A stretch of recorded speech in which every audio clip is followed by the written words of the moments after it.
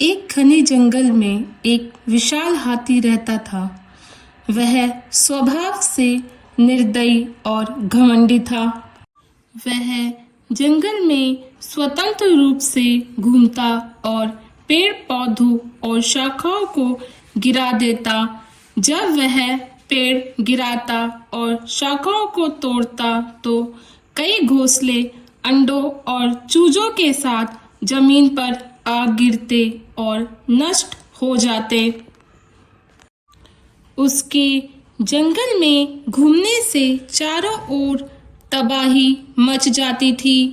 जंगल में उसकी निर्दयी हरकतों से कई लोमड़ियों के घर कुचले जाते थे।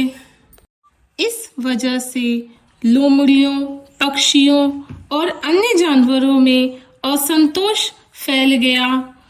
उसमें से कई जानवर उसे मारना तक चाहते थे, लेकिन यह काम उसकी विशाल कद काठी के कारण बहुत कठिन था।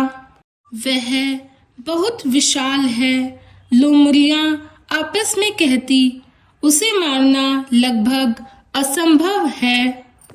फिर सभी लोमड़ियों की एक बैठक बुलाई गई। इस बैठक में इस मुश्किल काम को करने की जिम्मेदारी एक बहुत ही चालाक लोमड़ी को सौंपी गई। लोमड़ी ने योजना पर अमल करने से पहले कई दिनों तक हाथी के व्यवहार का अध्ययन किया। एक दिन लोमड़ी हाथी से मिलने गई और उससे कहा, महाराज, आपसे बात करना बहुत जरूरी है। यह हमारे लिए जीवन मरण का सवाल है। हाथी ने जोर से चिल्लाते हुए पूछा, तुम कौन हो और मुझसे क्यों मिलना चाहते हो? महाराज, लोमड़ी ने कहा, मैं पूरे जानवर समुदाय का प्रतिनिधि हूँ। हम आपको अपना राजा बनाना चाहते हैं। कृपया आप हमारा प्रस्ताव स्वीकार करें। यह बात सुनकर हाथी बहुत खुश हुआ और पूरी बात विस्तार से बताने के लिए कहा। लोमड़ी ने आगे समझाया, मैं आपको अपने साथ लेने आई हूँ। आपका राज्य अभिषेक समारोह जंगल के बीचों बीच होगा, जहाँ हजारों जानवर पहले से इकट्ठे हैं और आपकी जय जयकार कर रहे हैं।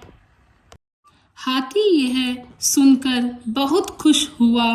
वह हमेशा राजा बनने का सपना देखता था। उसने सोचा कि अभिषेक समारोह उसके लिए गर्व की बात होगी। उसने जल्दी से खुद को तैयार किया और लोमड़ी के साथ जंगल के अंदर जाने के लिए तैयार हो गया। आइए महाराज, लोमड़ी ने कहा, मेरे पीछे आइए। लोमड़ी हाथी को अपने पीछे एक काल्पनिक समारोह स्थल पर ले गई। थोड़ी देर चलने के बाद रास्ते में उन्हें एक तालाब के किनारे से होकर एक दलदली क्षेत्र से गुजरना पड़ा।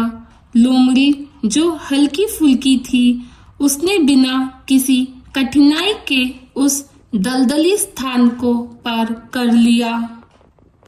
पहले तो हाथी उस रास्ते पे चलने से हिचकिचाया, लेकिन लोमड़ी के कहने पे हाथी भी उसी रास्ते पर चल पड़ा। लेकिन भारी शरीर होने के कारण वह दलदल में फंस गया। जितना वह दलदल से बाहर निकलने की कोशिश करता, उतना ही वह उस गहराई में फंसता गया।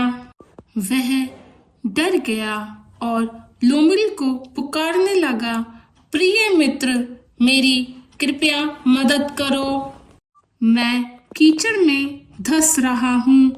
अब मेरे अभिषेक का क्या होगा? अपने बाकी दोस्तों को भी बुलाओ, मेरी मदद करो। मैं तुम्हारी मदद नहीं करूंगी। लोमड़ी ने कहा, तुम इसी के लायक हो। तुम्हें पता है तुम बाकी जानवरों के प्रति कितने निर्दयी रहे हो। तुमने बिना सोचे समझे पेड़ों और शाखाओं को बेरहमी से तोड़ दिया। अंडों और चूजों पे भी तुम्हें दया नहीं आई। तुम्हें सब कुछ पता था, लेकिन तुमने अनदेखा किया। तुमने हम लोमड़ियों के बिल कुचल दिए और हमारे बच्चों को भी मार डाला। तुमने हमें रोते और दया की भीख मांगते देखा, लेकिन तुम्हें कोई फर्क नहीं पड़ा और अब तुम अपनी जान की भीख मांग रहे हो।